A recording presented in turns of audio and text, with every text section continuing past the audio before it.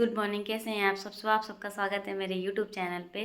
तो आप सभी लेडीज़ को मेरी तरफ से करवा चौथ की ढेरों शुभकामनाएं।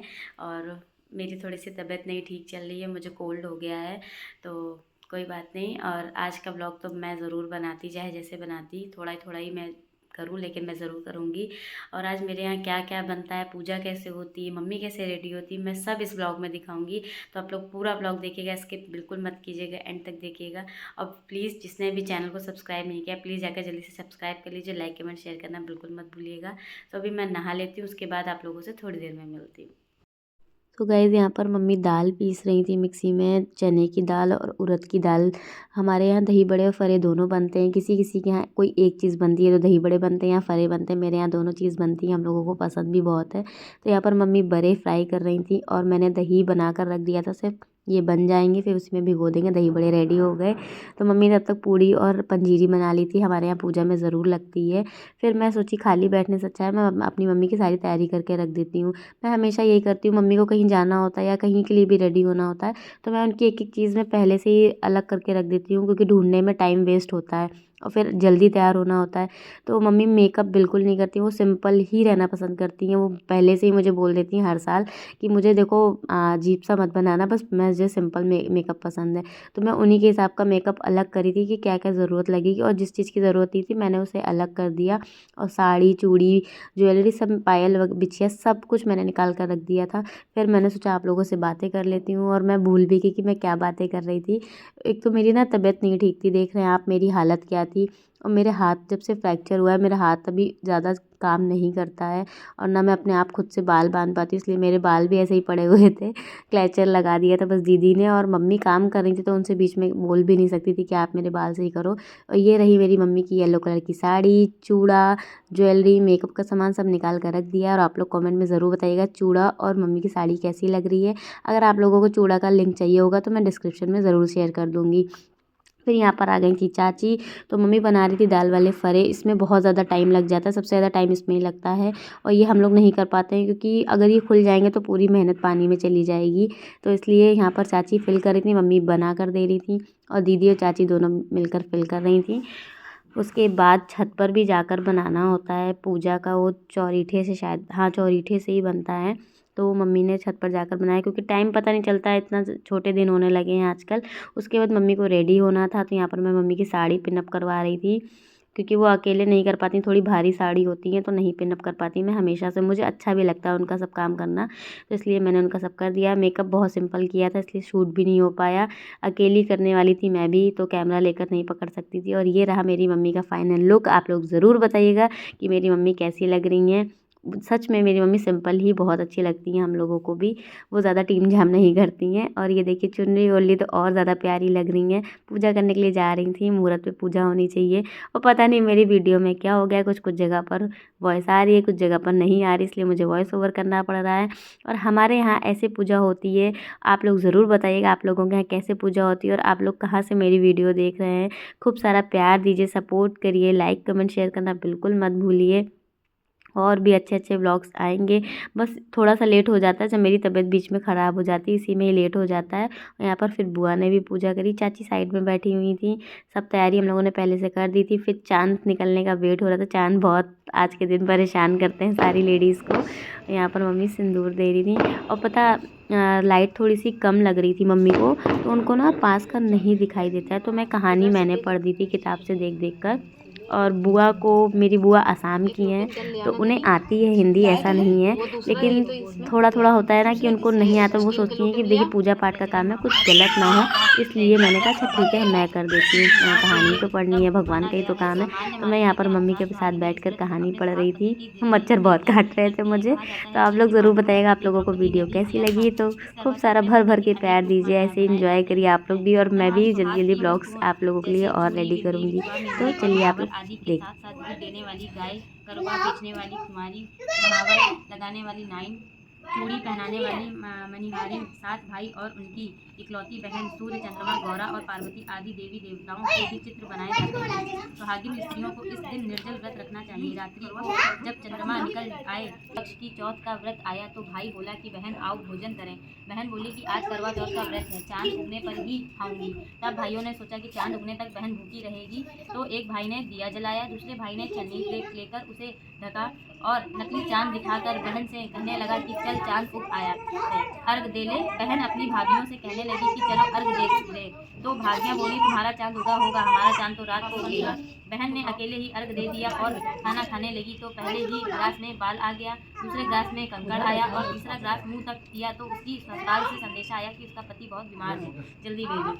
माँ ने जब उसकी लड़की को विदा किया तो कहा कि रास्ते में जो भी मिले उसके पाँव लगना और जो कोई सुहाग का आशीष दे तो उसके पल्ले में गांठ लगाकर उसे कुछ रुपए देना। बहन के भाई सुखी रहे और तुम उनका सुख देखो। सुहाग का आशीष किसी ने भी नहीं दिया। जब वह ससुराल पहुंची तो दरवाजे पर उसकी छोटी नंद खड़ी थी, वह उसके भी पाँव लगी तो उसने कहा कि सुहागिन रहो, सपूती हो। उसने यह सुनकर पल्ले में गांठ बांधी और नंद को सोने का सिक्का दिया। तब भीतर गई तो सास ने कहा कि पति धरती पर पड़ा है तो वह उसके पाँव जाकर उसकी सेवा करने के लिए बैठ गई। बाद में सास ने दासी के हाथ बची कुची रोटी भेज दी। इस प्रकार से समय बीतते बीतते मृक्षिर मार्गशीर्ष के चौथ आई तो चौथ माता बोली करवा ले भाइयों की प्यारी बहन करवा ले। लेकिन जब उसे चौथ माता नहीं दिखलाई दी तो वह बोली हे माता, आपने मुझे उजाड़ा है तो आप ही मेरा उद्धार करेंगी, आपको मेरा सुहाग देना पड़ेगा। जब उस चौथ माता ने बताया कि पौष की चौथ आएगी, वह मेरे से बड़ी है और उसे ही सब कहना, वही तुम्हारा सुहाग वापस देगी। पौष की चौथ आकर चली गई, माघ की चली गई,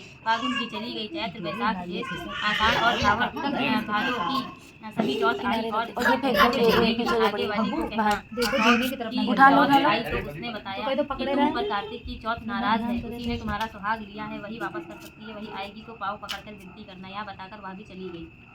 जब कार्तिक की चौथ आई तो वह गुस्से में बोली भाइयों की प्यारी करवा ले, दिन में चांद उगानी करवा ले, व्रत खंडन करने वाली करवा ले, भूखी करवा ले। तो यह सुनकर वह चौथ माता को देखकर उसके पाँव पकड़कर गिड़गिड़ाने लगी, हे चौथ माता, मेरा सुहाग तुम्हारे हाथों में है, आप ही मुझे सुहागिन करेंगे। उसे रोटी देकर छोटी उंगली में उसके आदमी पर छींटा दिया तो वह उस पर बैठ गया और बोला कि आज मैं बहुत सोया। वह बोली क्या सोए, मुझे तो 12 महीने हो गए, अब जाकर चौथ माता ने मेरा सुहाग लौटाया। तब उसने कहा कि जल्दी से माता का तो तुम्हारे सभी संकट टल जाएंगे। इस प्रकार द्रौपदी ने यह व्रत किया और पांडव सभी क्षेत्रों में विजयी हुए। इस प्रकार सौभाग्य, पुत्र पुत्रादि और धन धान्य की इच्छुक स्त्रियों को यह व्रत विधिपूर्वक करना चाहिए। इस व्रत में भगवान शंकर की आरती की जाती है। करवा चौथ का तीसरा अध्याय।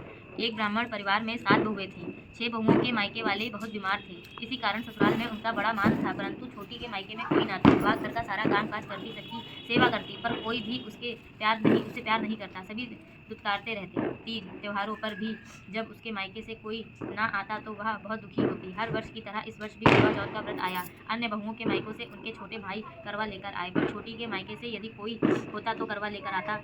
सास भी छोटी को ही खरी खोटी सुना रही थी। वह दुखी हो घर से निकल पड़ी और जंगल में जाकर रोने लगी। एक नाग बहुत देर से उसका रोना सुनता रहा। अनंत में वह अपने दिल से निकल कर आया तथा छोटी बहू से पूछने लगा, बेटी क्या बात है, तुम रो क्यों रही हो? छोटी बहू बोली, आज करवा चौथ है, मेरा कोई भाई नहीं है, यदि मेरा कोई भाई होता तो आज जरूर करवा लेकर आता।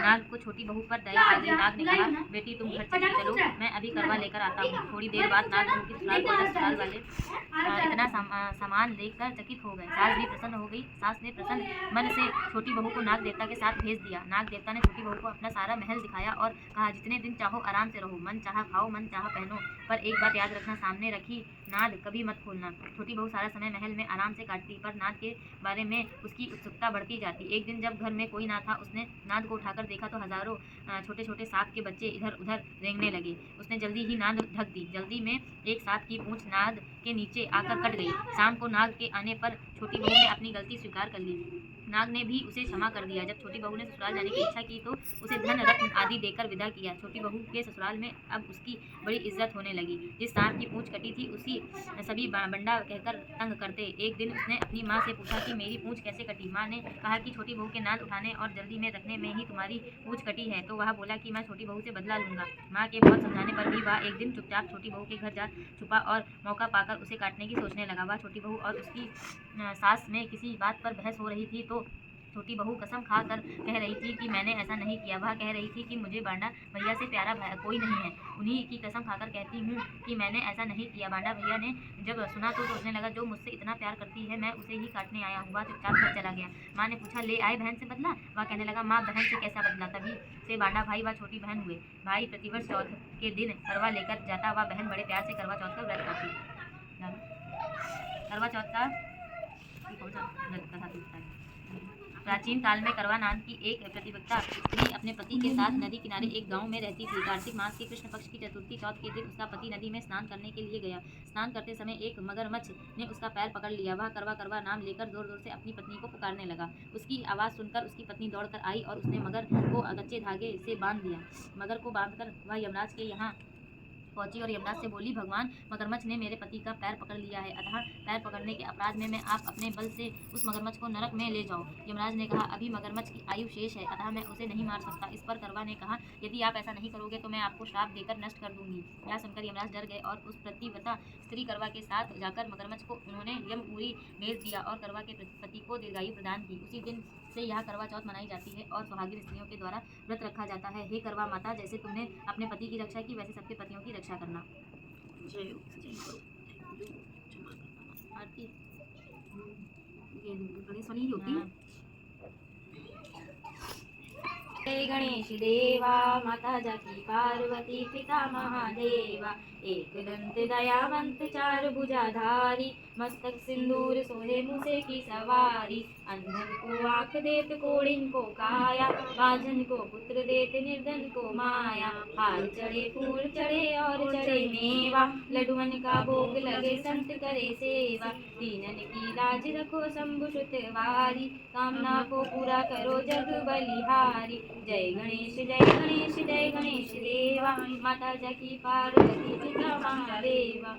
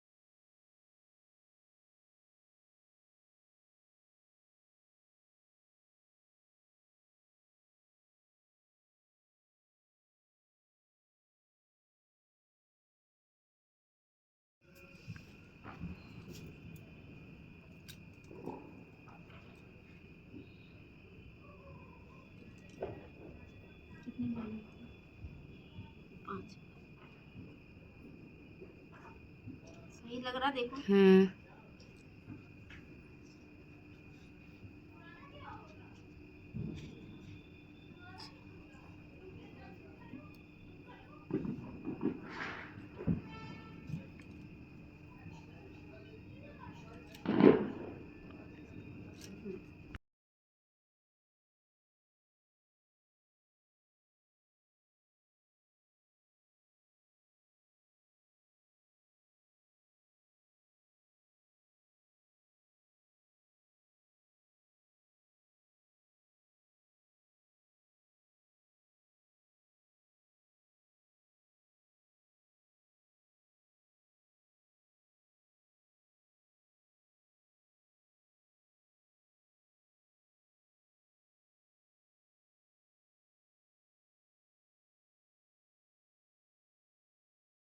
और ये रही हमारे घर की लेडीज़।